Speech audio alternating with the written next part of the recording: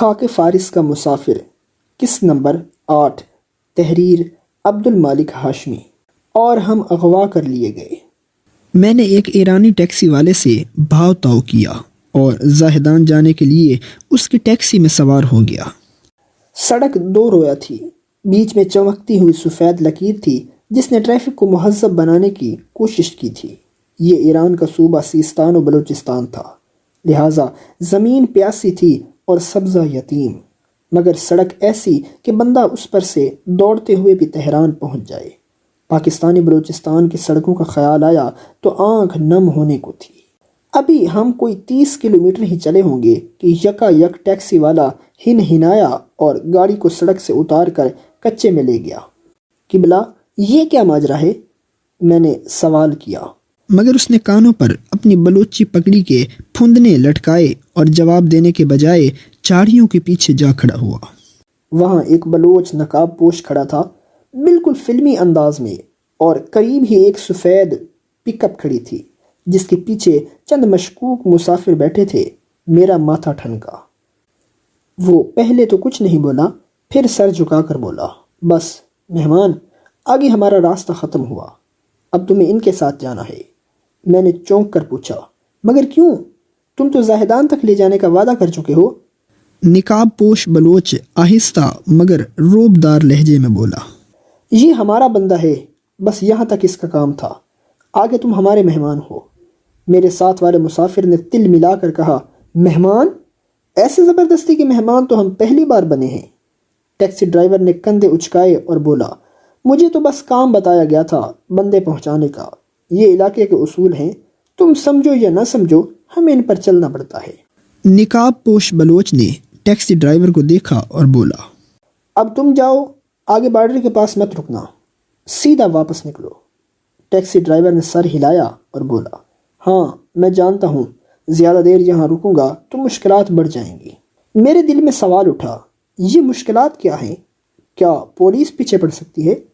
نقاب پوش ہنسا، نہیں، یہاں پولیس کم آتی ہے، مگر ہر بندہ اپنا علاقہ دیکھتا ہے۔ ایک ہی بندہ بار بار نظر آئے تو سوالات اٹھتے ہیں، اور سوالات یہاں زیادہ پسند نہیں کیے جاتے۔ ٹیکسی ڈرائیور نقاب پوش کی طرف مڑا، یہ اپنا حساب برابر کر دینا، میرا کام پورا ہوا۔ نقاب پوش نے سر ہلایا، ہو جائے گا، تم جاؤ۔ ٹیکسی والے نے ایک لمحے کے لیے میری طرف دیکھا، جیسے کہنا چاہ رہا ہو کہ تم بس خاموش رہو اور بہاؤ کے ساتھ بہتے رہو۔ پھر وہ گاڑی کو دھول اڑاتے ہوئے واپس میر جاوا کی طرف دوڑا لے گیا۔ میں نے نقاب پوش سے کہا، اور اگر ہم نہ جائیں تو؟ وہ مسکرایا، تب بھی جاؤ گے، لیکن آرام سے جانا بہتر ہے۔ پک اپ والا پہلے ہی گاڑی سٹارٹ کر چکا تھا۔ ہم نے ایک دوسرے کی طرف دیکھا اور پھر بغیر کسی مزید بحث کے پک اپ میں بیٹھنے کے علاوہ کوئی چارہ نہ رہا۔ ہم نے بغیر کسی مزید بحث کے پک اپ کے پچھلے حصے میں چھلانگ لگا دی اور ہم اس صحرا نشین بلوچ کے رحم و کرم پر رہ گئے۔ پک اپ والے نے گاڑی کو یوں کچے پتھریلے راستوں پر دوڑایا جیسے کوئی دیوانہ گھوڑا سرپٹ بھاگ رہا ہو۔ گرد ایسے اٹھ رہی تھی جیسے کوئی بادل زمین پر اتر آیا ہو، اور وہی گرد ہمارے چہرے، لباس اور بالوں پر ایسے جم رہی تھی جیسے کسی قدیم کھنڈر پر دھول جمی ہوتی ہے۔ میں نے سوچا کہ اگر یہ سفر کچھ دیر اور جاری رہا تو ہمیں غسل دینے کے بجائے جھاڑو دینے کی ضرورت پڑے گی۔ پک اپ کبھی کسی خشک ندی میں جا گھستی، کبھی کسی پتھریلے راستے پر اچھلتی، جو ہی کوئی نشیب آتا تو ہمارا دل بیٹھ جاتا، اور جو ہی گاڑی دوبارہ اچھلتی تو سواریاں بھی فضا میں معلق ہو جاتی۔ جب دھڑام سے نیچے گرتے تو کولوں میں جو درد اٹھتا وہ ہمیں اپنی ماں کی گود اور بچپن کی نرم زمین یاد دلاتا۔ پہلے تو یہ سب مہم جوئی لگا، لیکن آدھے گھنٹے بعد درد نے سرور کی جگہ لے لی اور ہمارے حلق سے نکلنے والی چیخیں کسی گیت کا تاثر دینے لگیں۔ آخر کار ہم ایک چھوٹے سے صحرائی گاؤں میں داخل ہوئے جہاں 3-4 مکانات زمین سے کچھ فٹ اونچے بنے ہوئے تھے۔ ہمیں ایک کمرے میں بٹھایا گیا جو مقامی طور پر مہمان خانہ کہلاتا تھا، اور دیواروں کے ساتھ بلوچی گدے اور گاؤ تکیے ترتیب سے رکھے تھے۔ تھوڑی دیر بعد وہی نقاب پوش بلوچ اندر آیا اور ایک سراہی میں ٹھنڈا پانی لایا۔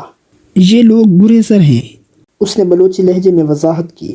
میں سمجھ گیا کہ اس کی مراد سمگلر ہے۔ تم پریشان مت ہو، تم کو زاہدان لے جائے گا۔ یہ لوگ سراوان اور خاش جائے گا۔ میں نے سکون کا سانس لیا تو گویا ہم اغوا نہیں ہوئے تھے بلکہ سمگلروں کے کارواں میں شامل کر دیے گئے تھے۔ خیر، میں تو پہلے ہی مہم جوئی کے موڈ میں تھا، لیکن میرے ساتھ کے مسافر جو ایران میں کاروباری تھے وہ کچھ زیادہ خوش نظر نہیں آ رہے تھے۔ پک اپ والے نے ہمیں زاہدان کے ایک مسافر خانے مہمان پذیر گیلان پر چھوڑ دیا جو خیابان آزادی پر واقع تھا۔ ہم نے 3 پلنگ والا کمرہ لے لیا۔ میرے 2 ہم سفر، ایک پٹھان تاجر اور دوسرا ہزارہ تاجر، مجھ سے میرے سفر کا مقصد پوچھنے لگے۔ بھائی جان، تم ایران میں کیا کرنے آیا؟ ہزارہ تاجر نے مسکراہٹ کے ساتھ پوچھا۔ سیر و سیاحت کے لیے آیا ہوں، میں نے جواب دیا۔ پٹھان تاجر نے حیرت سے کہا، بس ایسے ہی آ گئے، کوئی کام وام نہیں؟ ہزارہ تاجر نے سر ہلایا۔ تم مشہد ضرور جاؤ، وہاں امام علی رضا کا مزار ہے، بہت خوبصورت جگہ ہے۔ پٹھان نے فوراً مشورہ دیا، نہیں، تہران جاؤ، وہاں مزے کے کباب ملتے ہیں، اور ہاں، کسی ایرانی حسینہ سے گفتگو کا موقع ملے تو ہمارے حصے کی بھی بات کر لینا۔ ہم سب ہنس پڑے۔ میں نے سوچا کہ واقعی یہ ایران کا سفر ہمیشہ یاد رہے گا، نہ صرف اس کی خوبصورت سڑکوں اور تہذیب کے لیے بلکہ اس لیے بھی کہ میں نے ایک دن سمگلروں کے ساتھ گزارا تھا، وہ بھی بلا قیمت۔ 8ویں قسط اختتام پذیر ہوئی۔ اگر آپ کو یہ ویڈیو پسند آئی ہو تو اسے لائک کریں، دوسروں تک پہنچانے کے لیے شیئر کریں، اور مزید ایسی ہی معلوماتی ویڈیوز کے لیے ہمارے چینل عبد المالک ہاشمی کو سبسکرائب ضرور کریں۔ نئی اپڈیٹس کے لیے بیل آئیکن دبائیں تاکہ آپ کو ہماری ہر نئی ویڈیو بر وقت مل سکے۔ آپ کی حوصلہ افزائی ہمیں مزید بہترین مواد بنانے میں مدد دے گی۔ شکریہ۔